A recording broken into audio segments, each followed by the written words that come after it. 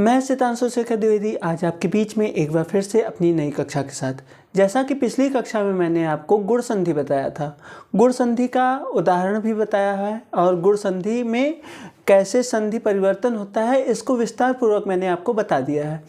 अब मैं आगे की कक्षा में, आज की कक्षा में आपको वृद्धि संधि बताऊंगा। वृद्धि संधि को हम लोग एकदम विस्तार पूर्वक पढ़ेंगे ताकि आपके मन में किसी प्रकार का कोई दुविधा न रह जाए। अगर आपके मन में दुविधा रह जाता है तो हमारा पढ़ाना उतना सफल नहीं हो पाएगा, जो सफलता को सोच करके मैंने अपनी कक्षा शुरू की है। आपके मन में किसी भी प्रकार की दुविधा न रहे, इसीलिए मैंने ये कक्षा शुरू की है एकदम बेसिक तरीके से। तो आज हम लोग पढ़ेंगे वृद्धि संधि।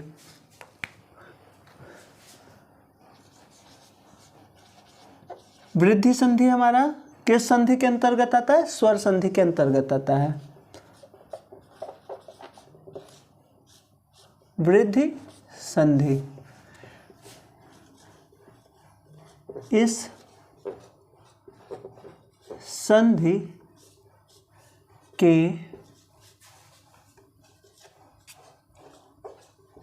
अंतर्गत यदि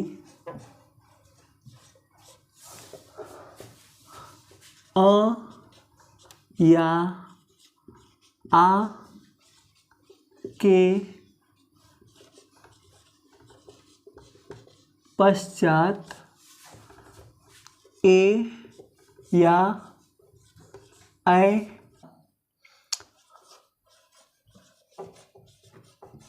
अथवा ओ औ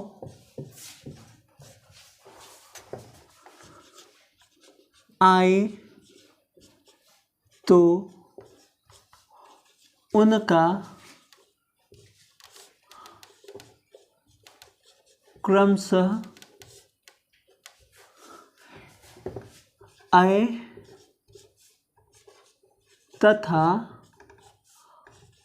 औ हो जाता। हम लोग इसको फार्मूला से थोड़ा सा सीख लेते हैं।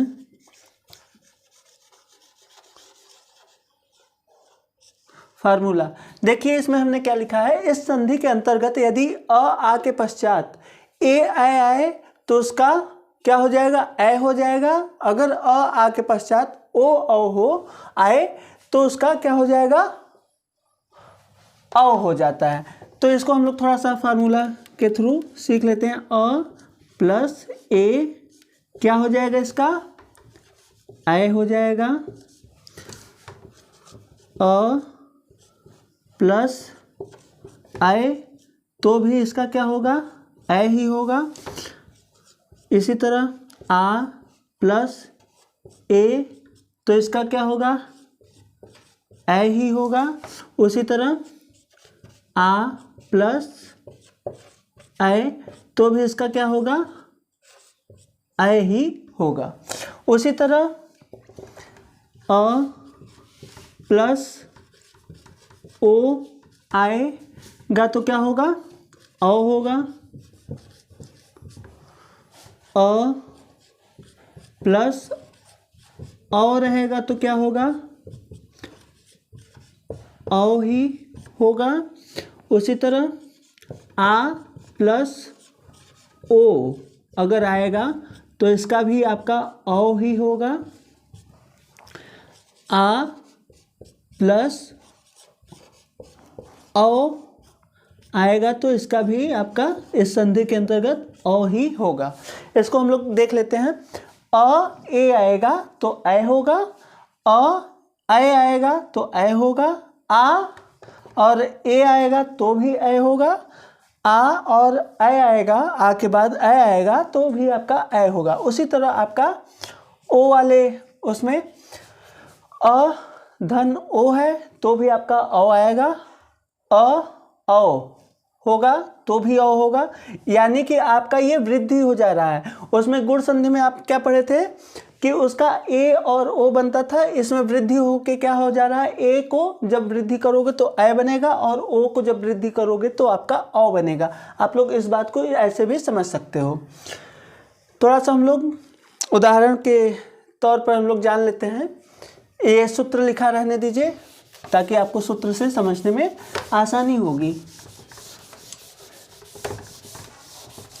जैसे मान लीजिए आपके पास 1 धन 1 लिखा है, तो इसका क्या होगा, यहाँ पर देखिए क्या है, अंत में क को जब अलग करोगे तो आपको शुद्ध व्यंजन और क्या अंत में क्या मिलेगा, अ मिलेगा। और यहाँ पर आपको क्या स्वर मिल रहा है, ए। तो हमने क्या बताया, अ और ए से क्या बन रहा है, ए बन रहा है। तो इसके बराबर में आपका क्या आएगा, 1 का 1। चाहे वो मैथ हो, चाहे साइंस हो, चाहे हिंदी हो, आपको अगर फार्मूला याद है तो आपके लिए सवाल करना बहुत ही आसान हो जाता है। जैसे मत धन 1, तो यहाँ भी त को जब आप अलग करोगे तो शुद्ध व्यंजन त में टूटेगा और प्लस में अ आएगा, और इसमें क्या है, इसका आदि वर्ण क्या है, ए है। तो अ और ए मिलकर क्या हो जाएगा, ए हो जाएगा। तो ये क्या हो जाएगा, मतैक। मतैक, ठीक। अब इधर थोड़ा सा हम लोग देख लेते हैं। 1 धन औषधि, 1 धन औषधि, इसको तोड़ेंगे तो आपको क्या मिलेगा, न, शुद्ध व्यंजन न और अ मिलेगा। और यहाँ पर हमारा आदि वर्ण, दूसरे शब्द का आदि वर्ण क्या है, ओ है। तो अ और ओ मिलाकर आपका क्या बनता है, इसके बराबर में हमने देखा है अ और ओ मिलाने से हमारा अ बन रहा है। तो 1 और औषधि को जब मिलाएंगे तो ये हमारा क्या हो जाएगा, वनौषधि। वनौषधि,